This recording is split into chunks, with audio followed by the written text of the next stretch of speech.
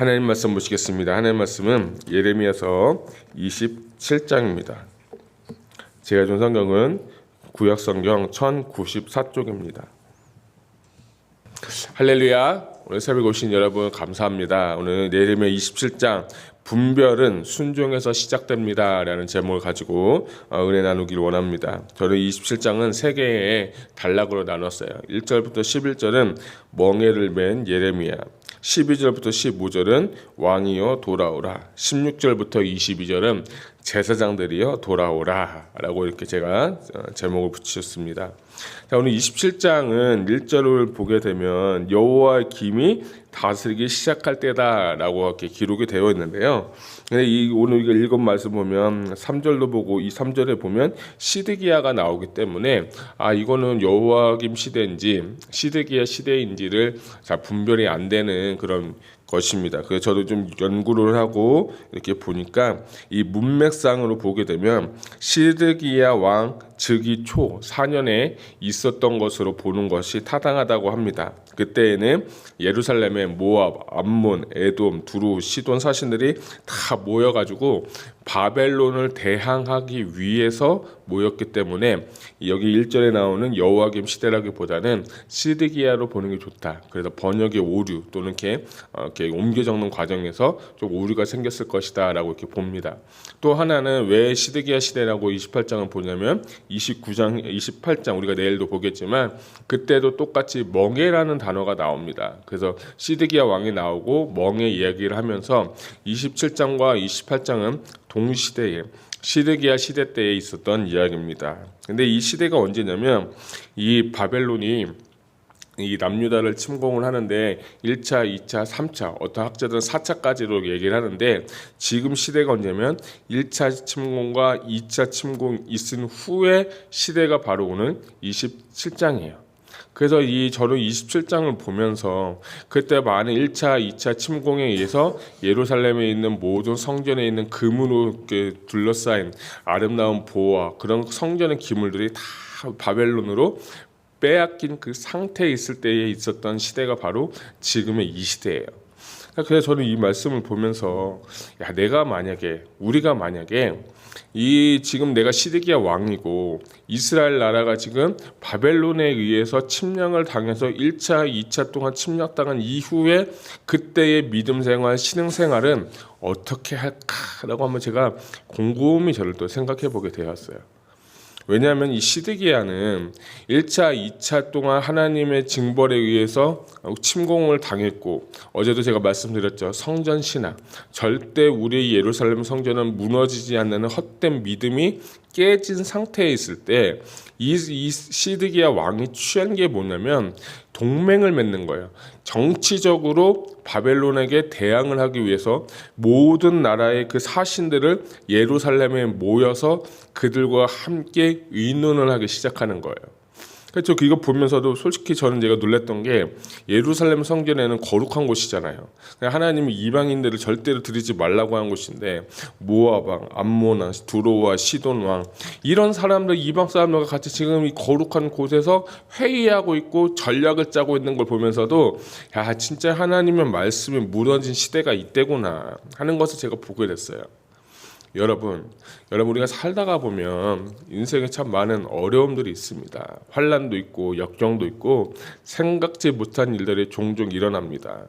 그때에 진짜 믿음의 사람하고 믿음이 없는 사람의 차이가 하나가 있는데 그게 뭐냐면 진짜 믿음의 사람은 그런 시험이 있을 때마다 하나님께 먼저 무릎을 꿇고 하나님께 구하고 하나님의 뜻을 발견합니다. 근데 믿음이 없으면 정말 내가 내 뜻대로 내 방법대로 막 하려고 하는 걸로 제가 봅니다. 근데 여러분 얘기가 아니라 제 얘기가 그런 것 같아요. 그러니까 뭔가 내가 이 일이 있을 때 내가 막 무릎 꿇고 기도하고 그럴 게 아니라 이거 어떻게 해야 되지? 누굴 찾아가야 되지? 누구한테 전화해야 되지? 이거 어떤 방법으로 이렇게 해야 이거를 잘 이렇게 빨리 이렇게 해결할 수 있을까? 이런 생각을 하잖아요. 근데 이 시드기야가 저의 모습하고 너무 똑같은 거예요. 이게 어쩜 우리 나의 모습하고 시드기야 똑같냐? 그러면서 제가 회개를 했어요. 어려운 진짜 큰 일에만 무릎 꿇고 기도하면서 사소한 일에는 그냥 내 뜻대로 하려고 했던 제 모습 보면서도 사랑하는 성도 여러분, 여러분들은 어떤 일이 있을지라도 하나님의 말씀에 순종하고 먼저 하나님의 뜻을 구하고 행동하시기를 주님의 이름으로 축복합니다. 내 뜻대로 안 되고 기도했는데도 내가 원하는 대로 안 될지라도요, 하나님은요 하나님이세요. 하나님은 선하신 분이기 때문에 우리가 진짜 하나님 안에만 있다고 하면 내가 어려운 길, 환난의 길, 사망의 음침한 골짜기를 할지라도 그분은 우리를 여전히 인도하고 계신 하나님을 신뢰하는 여러분 되시기를 축복합니다.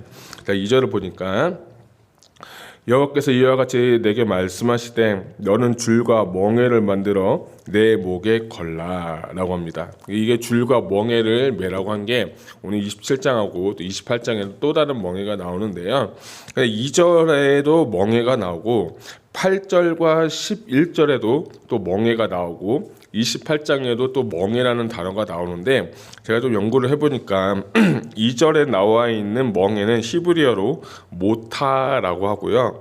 8절과 11절에 나오는 멍에는 올이라는 히브리어로 이렇게 기록이 되어 있어요. 그러니까 같은 멍에인데 이 히브리어 단어가 두 개가 좀 다르게 쓰여졌어요. 그래서 제가 이걸 좀 연구를 해보니까 2절에 나와 있는 멍에는 가로막대나 빗장을 의미하는 것으로서 사용되는 그 멍에가 2절에 있는 멍에고 8절과 11절에 나오는 멍에는 좀 재밌는 게 뭐냐면 이 멍에 앞에 무슨 단어가 같이 쓰였냐면 바벨론 왕의 멍에다라고 쓰여 있어서 2절에 있는 멍에는 약간 피지컬한 우리가 보이는 진짜 멍에를 말한다고 하면 8절과 11절에는 짐승의 목에 얹히는 전형적인 멍에처럼 약간 상징적이고 비유를 말하는 거예요. 그러니까 이 올이라는 단어가 뭐냐면 성경 전반에서 지배하다, 종속하다, 서비스, 무거운 짐을 상징할 때 쓰였던 단어가 8절과 11절에 나오는 멍에예요. 그래서 2절에 나오는 멍에는 하나님께서 지으신 하나님께서 허락하신 멍에라면 8절과 11절에 나오는 것은 사람에 의해서 쓰여진 멍에 이렇게 보면 좋겠어요. 또 상징적으로 보면 예레미야는 실제적인 하나님에 의해서 멍에를 메었고 또 이 8절과 11절에는 남유다 백성들은 자신들의 죄로 인한 인간적인 멍에를 말할 때 쓰는 것이 바로 올이라고 이렇게 보시면 좋겠어요. 좀 어렵나요? 하여튼 2절의 멍에는 피지컬한 멍에, 8절과 11절은 상징적인 바벨론이 쓰여진 멍에다 이렇게 보시면 좋겠어요. 그래서 이 하나님께서 예레미야에게 멍에를 쓰고 예언적으로 상징적으로 보여주고 싶은 메시지가 무엇이냐면 너희 나라가 바벨론의 멍에를 맬 수밖에 없다는 것을 다시 한번 가르쳐주고 다시 한번 알려주기 위해서 예레미야를 통해서 멍에를 매게 하는 겁니다. 우리가 옛날에 서론 시간에도 말씀드린 것처럼 예레미야가 어려움을 당한 이유 중에 하나는 물론 하나님의 말씀을 전했지만 정치적으로는 견해를 볼 때 오늘 27장에도 보듯이 많은 그 당시의 정치가들은 바벨론 편이 아니라 애굽 또는 그 당시에 있는 주변의 나라들과 함께 하나 돼서 연합해서 바벨론과 대적하자는 게 그 당시의 주류의 그 정치적인 의견이었어요. 근데 예레미야의 정치적인 의견은 뭐냐면 하나님의 말씀이니까 너희가 뭘 해라? 바벨론에게 항복하고 포로가 되는 것이 살 길이다라고 이 극소수의 정치인들 예레미야 같은 사람들이 그 얘기를 하니까 여기 이쪽에 주류의 다수에 있는 정치인들이 예레미야를 좋아할까요? 싫어할까요? 당연히 싫어하겠죠. 물론 하나님의 말씀을 전해서도 핍박을 받지만 정치적인 견해도 이렇게 있는 거예요. 그래서 이 멍에를 통해서 하나님께서 하고 싶은 말씀이 있는데 5절과 6절을 보면 나는 내 큰 능력과 나의 쳐든 팔로 땅과 지상에 있는 사람과 짐승들을 만들고 내가 보기에 옳은 사람에게 그것을 주었노라. 옳은 사람은 느부갓네살 왕입니다. 이제 내가 이 모든 땅을 내 종 바벨론 왕 느부갓네살 손에 주고 또 들짐승들을 그에게 주어서 섬기게 하셨나니 라는 거예요. 그러니까 5절과 6절은 뭐냐면 이 멍에하고 좀 비슷한 것은 하나님께서 작정하시는 것, 하나님의 옳은 소견대로 하나님의 마음대로 그분의 뜻과 계획 가운데 일하실 것을 예레미야 선지자를 통해서 이야기하고 있는 것을 볼 수가 있어요. 그러니까 우리 이 멍에의 사건을 통해서 배울 것은 뭐냐면 하나님의 주권, 하나님의 섭리, 하나님의 뜻에 우리가 발견하고 순종하는 삶을 살기를 주님은 원하고 계시다는 거예요. 그 하나님께서 작정하시면 그냥 그 일이 일어나게 되는 거예요. 제가 이 말씀 드리는 이유는 뭐냐면 하나님의 말씀에 우리는 순종하고 하나님의 말씀대로 행하려고 하는 것이 우리의 신앙생활의 본본이고 목적이다라는 것이에요. 예수님도 그런 말씀하셨어요. 참새 한 마리도 하나님의 허락 없이는 땅에 떨어지지 않는 거예요. 우리 안에 있는 이런 모든 상황들도 내가 하는 것 같고 내가 생각하는 것 같고 내가 계획해서 이루어가는 것 같지만 그 모든 것도 다 하나님 안에서 하나님의 허락 안에서 이루어지게 되는 거예요. 오늘날 일어나는 무슨 악이라든지 오늘날 일어나는 어떤 사건이라든지 그럼 우리가 보기에는 이거는 좀 하나님 뜻에 거슬리는 일들이다라는 것도 어떻게 보면 하나님의 그 뜻 안에서 우리가 있는데 그때 우리에게 요구되는 것은 뭐냐면 말씀을 알고 말씀을 순종하는 것을 주님은 원하시는 거예요. 특별히 하나님은 우리에게 자신의 영을 부어주시고 하나님의 형상으로 지어진 우리가 이제 성령으로 말미암아 성령 체험하고 십자가를 거듭나고 하나님의 영으로 말미암아 하나님을 아버지라고 부르고 그분과 함께 교제하며 그분과 함께 예배하며 동행하며 사는 삶을 살기를 주님이 너무나도 원하고 계시는 거예요. 그래서 우리가 중요한 건 그분의 뜻을 발견하고 그분의 뜻을 알고 발견하고 아는 것을 넘어서 말씀의 뜻에 오늘 나에게 주신 삶 가운데 순종하며 사는 삶을 주님은 원하시는 거예요. 그래서 우리가 그분의 뜻과 목적을 알려면 하나님의 계시, 하나님께서 우리에게 주신 그 계시, 말씀을 우리가 읽고 묵상하고 뜻을 발견해야 되는 거예요. 저는 요즘에 좀 그런 생각을 해봐요. 그게 뭐냐면 설교를 하는 게 과연 진짜 하나님의 뜻일까? 물론 설교 당연히 해야 되는데 제가 드리고 싶은 말씀은 이런 목적이에요. 사람에 의해서 설교가 하는 게 아니라 이 성경에서 각 개인이 말씀을 통해서 말씀 안에서 하나님의 계시적인 음성을 듣는 훈련만 되면 굳이 저는 설교보다는 어쩌면 강의 설교, 예를 들면 배경 설명 정도면 좋겠다. 왜냐하면 여러분들이 하나님의 영을 받고 성령님을 받았기 때문에 성경을 읽으면서 우리가 물론 어려운 것도 있고 힘든 것도 있고 좀 레위 같은 것도 힘들잖아요. 그렇지만 그것을 우리가 좀 풀어주고서 각 사람이 성경을 해석하는 방법만 성경을 읽고 그것을 해석해서 내가 깨우칠 수 있는 방법만 각 사람마다 훈련이 되면 그 사람이 어느 곳에 가든지 간에 말씀대로 살 수 있겠다는 생각이 저는 요즘 그런 생각이 많이 들었어요. 그러니까 저는 여러분들이 말씀을 읽고 말씀을 해석하고 말씀대로 순종하고 더 나아가서 말씀을 가르칠 수 있는 사람이 되셨으면 좋겠어요. 주님 말씀하셨잖아요. 뭐라고 말씀? 너희는 모든 땅끝으로 말미암아 제자 삼고 아버지와 아들과 이름으로 성령의 이름을 세례주고 내가 가르쳐 분부한 것을 지키게 하라. 가르치고 지키라고 하는 거예요. 그것이 주님의 말씀이잖아요. 그러니까 여러분이 말씀을 반드시 알고 말씀을 깨달아야 돼요. 특별히 내 삶 가운데 있는 짐이 있다면 하나님께서 주신 그 짐에 여러분 순종하세요. 그것은 나에게 주신 십자가의 길이고 그 십자가의 길을 날마다 따르며 갈 때 하나님께서는 우리에게 생명의 길로 인도하여 주시는 줄 믿으시기 바랍니다.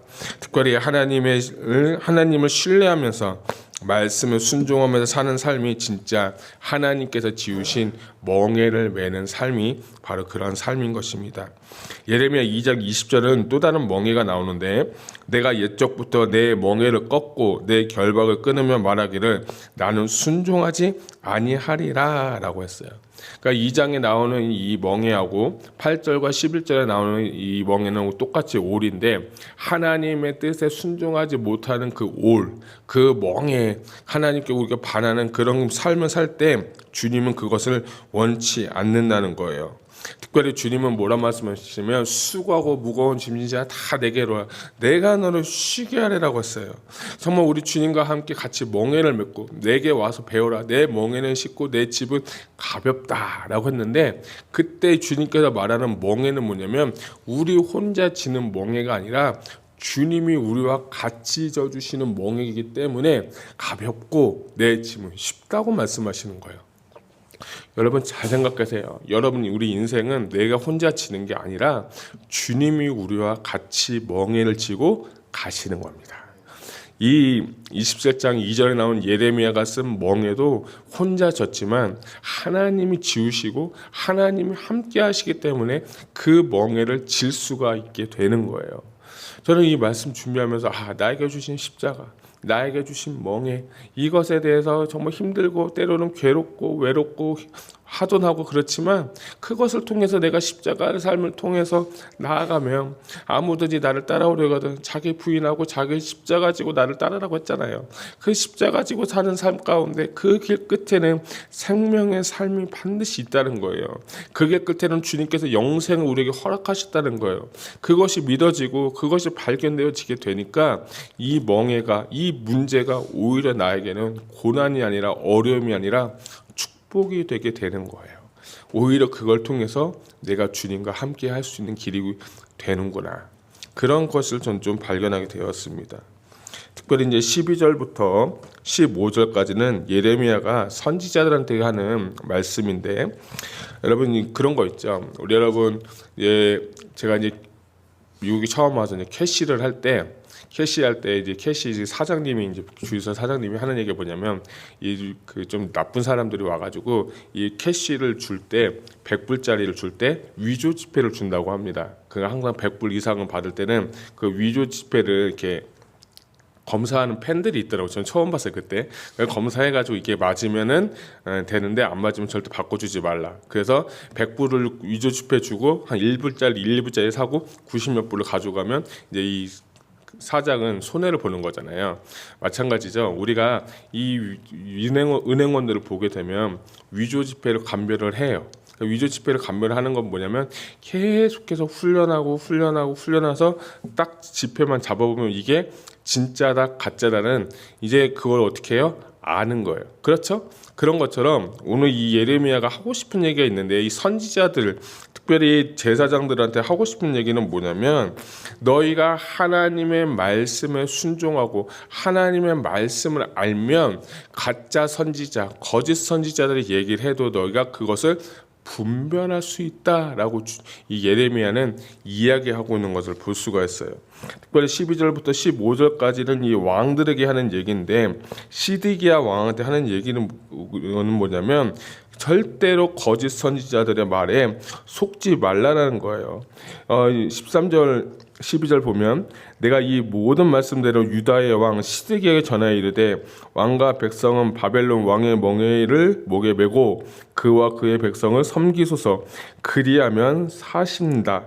14절 당신들은 바벨론 왕을 섬기게 되지 아니라 하는 선지자의 말을 듣지 마소서 그들은 거짓을 예언함이라 라는 거예요. 저는 이 말씀 보면서 진짜 이 시대에 중요한 건 어떤 믿음의 은사도 너무 중요하지만 분별할 수 있는 그런 영적인 스킬이 필요하겠구나 하는 것을 제가 발견하게 됐어요. 요즘 시대에 얼마나 많은 말씀의 홍수의 시대예요. 얼마 전에 뉴스를 보니까 그 유튜브에서 어떤 한 교주 같은 사람이 나타나서 그 사람이 돈을 많이 끌어들여가지고 많이 잡아가지고 호화로운 생활을 했다고 뉴스에 나오더라고요. 그러니까 그 말씀이 결국에는 사람들을 매이고 분별하지 못하니까 결국에는 그 이단에 빠져가지고 인생이 파란만장하게 어려움을 살게 사는 것을 보면서 제가 이 말씀을 보면서 그렇구나. 말씀을 진짜로 열심히 읽고 연구하고 공부하지 않으면 이 이단에 빠질 수 있겠구나. 저는 그것을 보게 됐어요. 그래서 여러분 될 수 있으시면 성경을 많이 읽으시기 바랍니다.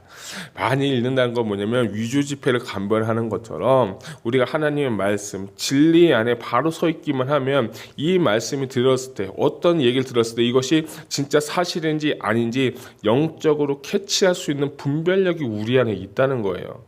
처음은 모르지만 이 위조 지폐를 감별하듯이 분별력이 있어야 된다는 거예요. 오늘 이 시대 가운데 시드기야 시대 가운데는 하는 거짓 선지자들이 하는 얘기가 무엇입니까? 우리 잘 될 거야. 우리 평안할 거야. 이따가도 보겠지만 우리가 2년 동안 빼앗겼던 예루살렘의 성물을 다시 돌아올 거야. 이 얘기하고 있는 거예요. 근데 그거 듣지 말라고 예레미야 선지자는 외롭게 하나님의 말씀을 선포하고 있는 거예요. 진짜가 진짜를 전하는데 사람들이 진짜를 안 믿고 가짜를 믿고 있는 시대에 이 예레미야의 말씀이 우리 안에 우리 마음에 들려지기를 소망합니다. 진짜 하나님의 말씀을 진실대로 전해야 되고 진짜 하나님의 말씀인지 우리가 분별할 수 있는 시대가 지금 이 시대 같아요. 저는 이 말씀 보면서 그럼 우리가 분별하려면 어떻게 해야 되느냐? 딱 하나예요. 순종밖에 없어요. 하나님의 말씀을 보고 하나님의 말씀대로 살아가려고 하면 내가 이 위조 집회를 훈련해서 감별된 것을 딱 보기만 해도 만져보기만 해도 위조 집회인 걸 아는 것처럼 말씀에 대한 훈련이 되어 있지 않으면 절대로 구별할 수 없다는 거예요. 16절을 또 보면 내가 또 제사장들과 그의 모든 백성에 전하여 이르되 여호와께서 이와 같이 말씀하시기를 보라 여호와의 성전의 기구를 이제 바벨론에서 속히 돌려오리라고 너에게 예언하는 선지자들의 말을 듣지 마라.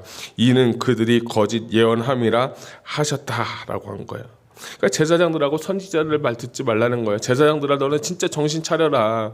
선지자 거짓 선지자들이 이런 말 하는 거 절대 속지 말라고 하는 거예요. 근데 18절 말씀이 진짜 은혜가 되는 게 만일이 그들이 진짜 선지자고 여호와의 말씀을 가지고 있다면 그들이 여호와의 성전에와 유다의 왕의 궁전에와 예루살렘에 남아있는 기구를 바벨론으로 옮겨가지 못하도록 만군의 여호와께 구하여야 할 것이니라. 그러니까 진짜 선지자라면 이게 돌아올 거란 거 예언하지 말고 회개하고 하나님 이 남아있는 성전에 있는 기물들도 지켜달라고 하는 게 진짜 선지자 아니냐. 예레미야가 그 얘기를 하는 거예요. 이 시대에 정말 너희가 거짓 선지자 예언의 말씀 듣지 말고 하나님의 말씀을 알고 하나님의 마음을 받아서 예레미야처럼 진짜 통하는 그 마음을 가지는 그 선지자의 말을 들으라고 이야기하고 경고하고 있는 걸 볼 수가 있는 거예요. 저는 이 말씀 보면서 저에게 주시는 말씀이구나. 진짜 저에게 주시는 말씀, 진짜 생명의 말씀, 진짜 진실한 말씀, 진짜 하나님의 말씀을 대언해야 되는데 내 생각이 들어가고 내 계획이 들어가고 상황에 들어가고 환경에 들어가면서 그런 내가 사람을 듣기에 사람 좋게 하는 그런 목회자가 되면 안 되겠다. 그런 말씀 전하는 건 안 되겠다는 것이 예레미야 선지자를 통해서 저는 배웠습니다. 특별히 저는 여러분들 진짜게 다시 한번 부탁드립니다. 말씀을 상고하십시오. 여러분 정말 여러분이 어떤 말씀 들었을 때 이것이 진짜고 가짜인지를 판단할 수 있는 그런 분별력의 은사가 말씀을 통해서 순종을 통해서 훈련을 통해서 여러분이 그런 삶을 사시기를 주님의 이름으로 축복합니다. 그래서 말씀을 잘 읽고 상고하고 분석하고 이것이 진짜 하나님의 말씀인지를 같이 쉐어하고 나누면서 우리가 정말 진리 안에서 말씀 앞에서 말씀의 반석 위에 서는 저와 여러분 되시기를 주님의 이름으로 축복합니다. 바벨론의 멍에는 편해 보이지만 결국에는 죽음의 길입니다. 하나님의 멍에는 무거워도 생명의 길입니다. 특별히 그 분별은 그 선택에서 그 훈련된 삶을 통해서 나타나게 되고 시작되는 것입니다. 여러분 정말 하나님의 말씀을 상고하시고 진리에 바로 서서 정말 비진리를 대적하시고 이 시대 가운데 분별력 있게 살아갈 수 있는 저와 여러분 되시기를 주님의 이름으로 축복합니다. 기도하겠습니다.